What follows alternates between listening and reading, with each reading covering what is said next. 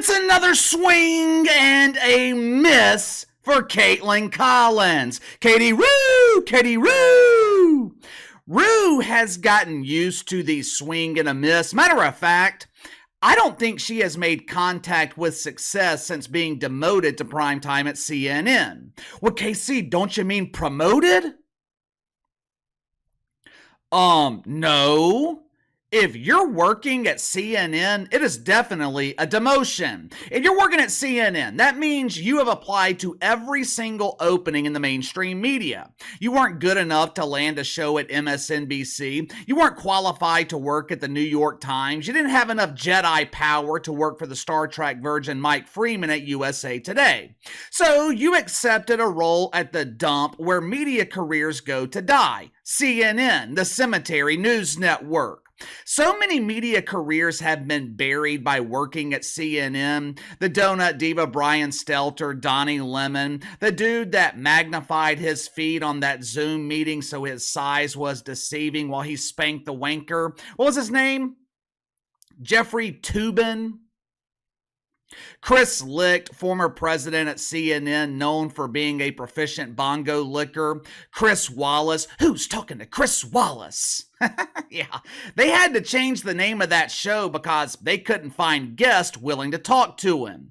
This dude went from hosting presidential debates at Fox News to hosting a show from the utility closet at CNN, a show that no one is watching. Soon we could see another mainstream media career laid to rest at CNN, a career that could end before it really even began, a career lost far too young. If you haven't already, make sure to like and subscribe. You can follow me on Twitter at KC_BTL84. Last week was absolutely brutal for CNN. According to the latest report, CNN, they averaged their lowest ratings in prime time in the last 30 years. The last time ratings were this low at CNN, Major League Baseball, it was still America's pastime. The Dallas Cowboys were America's team. Hulk Hogan was a real American. I am a real American. Instead of Wolf Blitzer, woof, woof, woof, woof. Instead of Wolf Blitzer being a popular dinosaur, Barney was America's favorite dinosaur. I love you, you love me, CNN can't draw ratings. That is how long it's been since CNN was this irrelevant. Back in the early 90s, television wasn't as accessible as it is today. Today we've got TVs in every room. We have TVs in the palm of our hands. We used to call them phones. Everywhere you go, there's a TV. Wasn't really like that in the early 90s. Back then, not everyone had cable. Everyone didn't have access to CNN. Today, people have access, they just don't want it. And it's not hard to figure out why people aren't watching CNN. There is not a single star. There isn't a single person working at this network capable of attracting an audience. Last summer, when Katie Roo was demoted to prime time, a decision that cost Chris Licht his job. Chris Licht. The bongo licker actually believed that Caitlyn Collins would be his savior. Chris Licht actually believed Caitlyn Collins could boost ratings in prime time. Now, in his defense, I can understand his reasoning. This is a strategy that Roger Ailes used for decades at Fox News. Caitlyn Collins is a beautiful young woman. She's smart. She's articulate.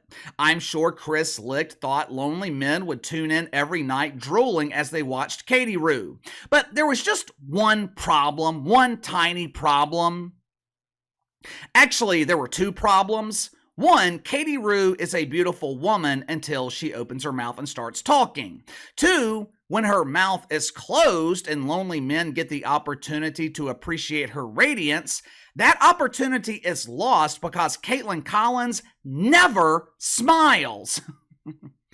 But before we get to her latest ratings and her embarrassing moment last week with Ted Cruz, let's go ahead and get to the sponsor for today's video, my friends at the Soapster. Now, I don't know about you guys, but when I'm taking a shower, the last thing I am thinking about is the chemical makeup of the soap I'm using. I mean, seriously, who in the hell is thinking about the chemicals in their soap?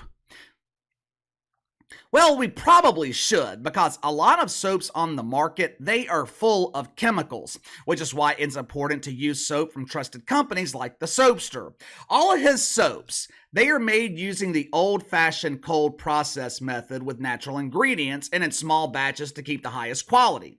There are no harsh ingredients, detergents, or hard-to-pronounce chemicals. Hell, they don't contain any chemicals, period. The Soapster makes soaps with different fragrances to satisfy all members of your family. And those of you that enjoy sporting a beard, which clearly I don't, but if you do, the Soapster, they offer great smelling beard balms. This product is an all-natural beard oil in solid form. It will make your facial hair soft while also smelling great. The Soapster products, they are all natural and made with essential oils, essential for good health. So click the link in the description below. Order these personal care items from the Soapster that will make you look and smell great. All right, during the month of May, Caitlyn Collins averaged almost 582,000 viewers in prime time. That is a 7% decline when compared to April. If you want to compare it to her best performing month, which was October of last year, Katie Rue's ratings, they are down 23%. Now, her ratings this month, May, her ratings are a bit deceiving. To her credit, Caitlyn Collins, she was smart enough. She spent most of the month covering the only star capable of drawing ratings at CNN. Orange Man Bad! Most of her shows in May focused on the trial of Donald Trump. During those episodes, Katie Rue averaged 624,000 viewers. When the Trumper was busy, when court was not in session, and Caitlyn Collins was responsible for using her lack of star power to draw an audience, Rue had that number down to a cool 563,000. It has gotten so bad for Rue, she is barely clinging to the top 10 at CNN. When I say barely, I mean barely.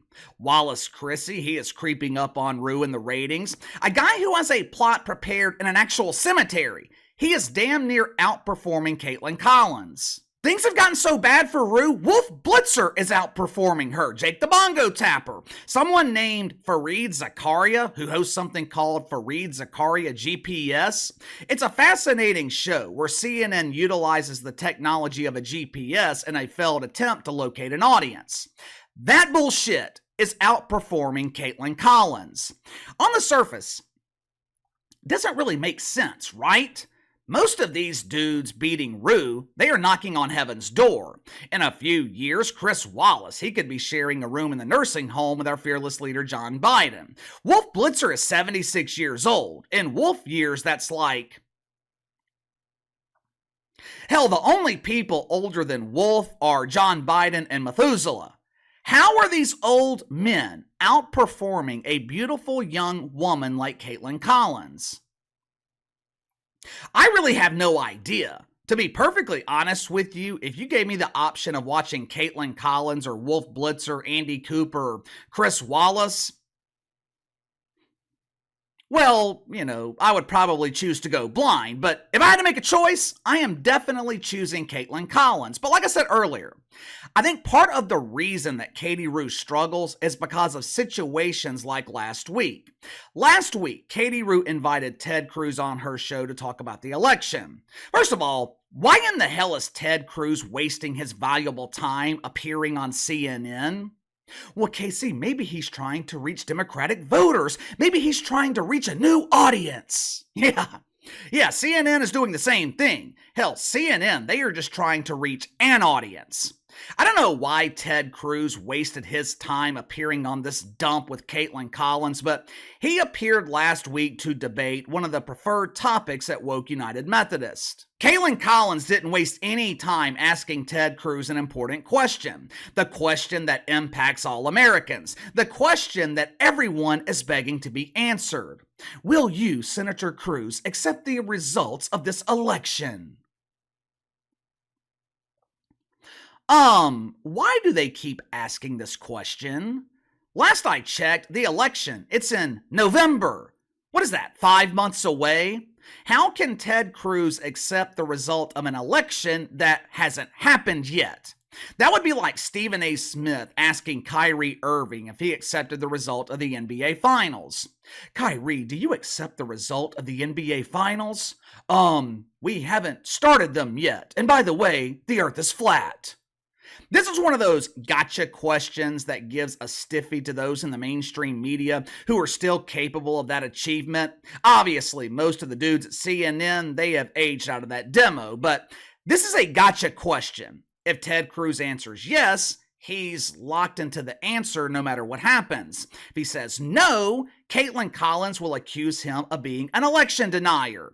He would be denying the results of an election that hasn't happened.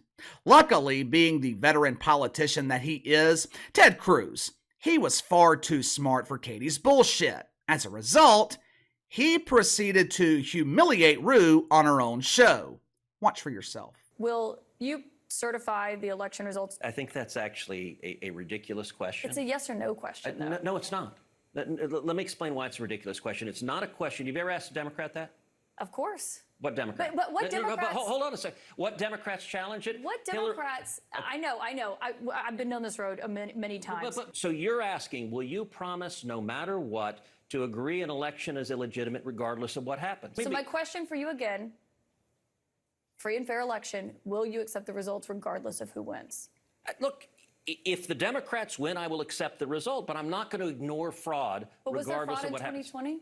Of course there was fraud in 2020. No, there wasn't, and you still objected. 1876 was between Rutherford B. Hayes and Samuel Tilden. And what happened there were serious allegations of voter fraud, and Congress didn't throw its hands up and say, you know what? CNN demanded that I accept the results no matter what, so ignore the fraud. I got to go. But hold on. What did Congress do in 1876? What did Congress do in 1876? How did the president handle it? What did Congress do in 1876? Senator, I have to know, you can't answer yes or no to this question. I'm asking a question. What did Congress do in 1876? You can't answer yes or no to this question. And Republicans, can you answer my question? Why are you refusing to answer my question? I'm conducting the interview with all due respect. Is it any wonder why Caitlyn Collins is struggling? How in the hell can Ted Cruz answer the question when you constantly interrupt him? He should have pulled a Cameron. Who booked me on this dump? This is what happens when you work in the mainstream media. To my knowledge, Caitlyn Collins grew up with common sense. She's from the Deep South, started her career at the Daily Caller, which was started by Tucker Carlson. 2017, she starts making appearances at CNN. And here we are 7 years later, and Caitlyn Collins has become a paid propagandist. You know why Howard Stern was considered one of the best interviewers in the business? Howard Stern let his guests talk. Howard Stern allowed his guest to be the star. In that segment with Ted Cruz, Caitlyn Collins was trying to be the star. Caitlyn Collins was trying to trip Ted Cruz up. She was trying to create her viral moment. You know why she felt the need to do that? Because Caitlyn Collins knows she's not a star. But give me your thoughts on this. Caitlyn Collins failing miserably in primetime at CNN. Ratings down 23% since October. Why is Katie Rue struggling? Also, give me your thoughts on her interview with Ted Cruz. Sound off in the comments below. Like, subscribe, share the video. Appreciate your support. Best way to contact me is by email at btlkc84@gmail.com, and I'll see you guys tomorrow.